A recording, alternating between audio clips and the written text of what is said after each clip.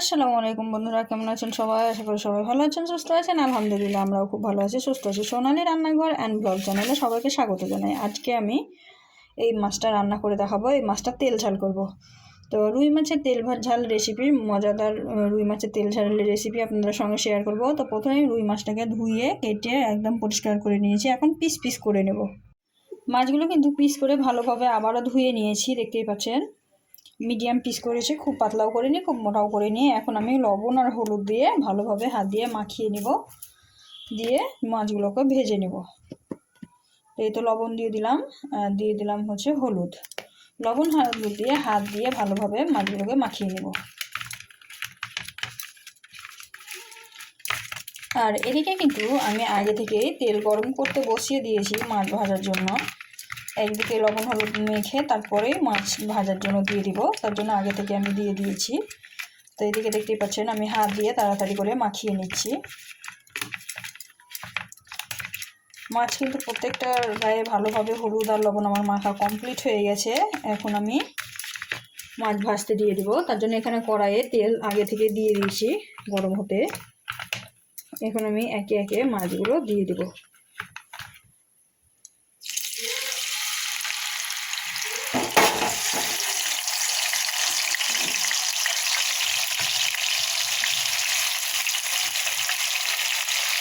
তো মাছগুলো আমি দিয়ে দিলাম, দেখতেই পাচ্ছেন।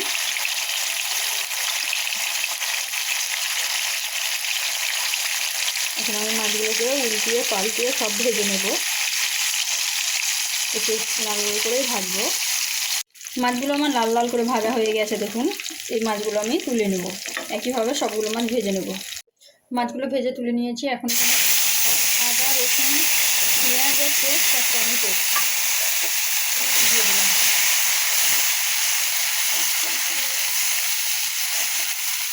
আদা রসুনের পেস্ট দিয়েছি 2 চামচ, দিয়েছি 2 চামচ পেঁয়াজের পেস্ট আর একটা টমেটো। এখন আমি এর মধ্যে দিয়ে দেব জিরা, গোটা জিরা দিলে মাছের ঝোলের স্বাদ খুব সুন্দর হয়। আর এই মাছটা কিন্তু খুব বেশি ঝোল করবো না, তাই অল্প পরিমাণে সব কিছু দেবো। তো প্রথমে আমি দিয়ে দিচ্ছি হলুদ গুঁড়া। এখন আমি দিয়ে দিচ্ছি স্বাদ মতো লবণ।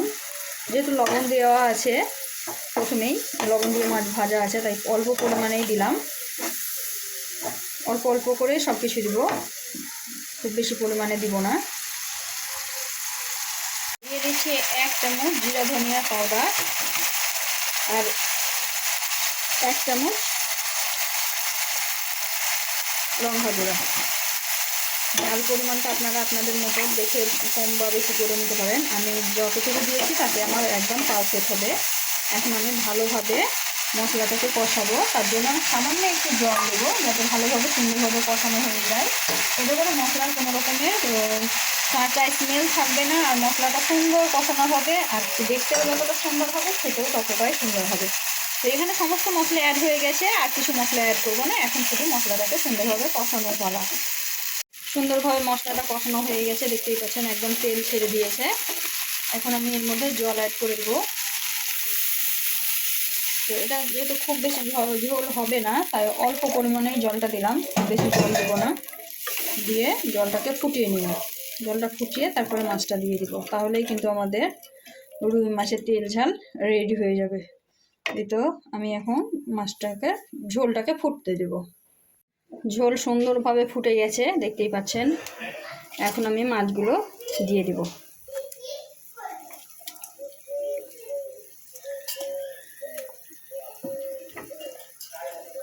তো একে একে মাছগুলো আমি দিয়ে দিলাম, দেখতেই পাচ্ছেন। সবগুলো মাছ আমি একে একে দিয়ে দিলাম। তো যেহেতু মাছ ভাজা আছে আর ঝোলও খুব বেশি দিইনি, তো একটু ফুটিয়েই নামিয়ে নেব, তাহলে কিন্তু মাছটা আমার একদম রেডি হয়ে যাবে।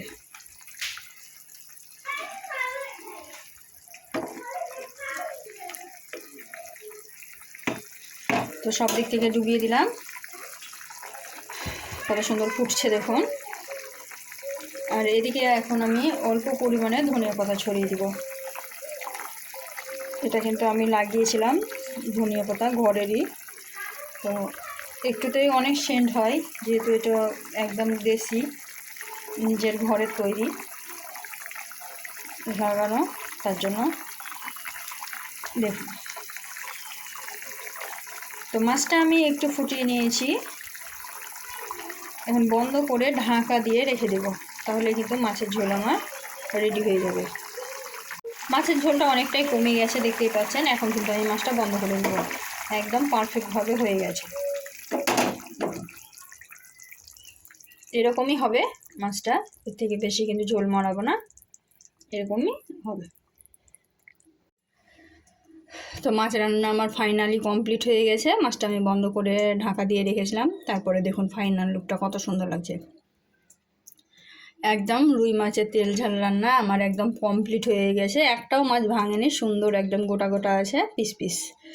তা আপনারাও এভাবে কিন্তু ঝটপট রুই মাছের তেল ঝালটা তৈরি করে নিতে পারেন, খেতে কিন্তু অসম্ভব মজার হয়। তো আজকের ভিডিওটি এই পর্যন্ত। দেখা হবে এই ধরনেরই আরও নিত্য নতুন রেসিপি নিয়ে পরবর্তী ভিডিওতে। ততক্ষণ সবাই ভালো থাকবেন, সুস্থ থাকবেন, আর আমার জন্য দোয়া করবেন। আর আমার রেসিপিটা যদি ভালো লেগে থাকে অবশ্যই একটা লাইক, শেয়ার, কমেন্ট করে আমার চ্যানেলটিকে সাবস্ক্রাইব করে পাশে থেকে যাবেন। আজকে বিদায় নিচ্ছি, খোদা হাফেজ।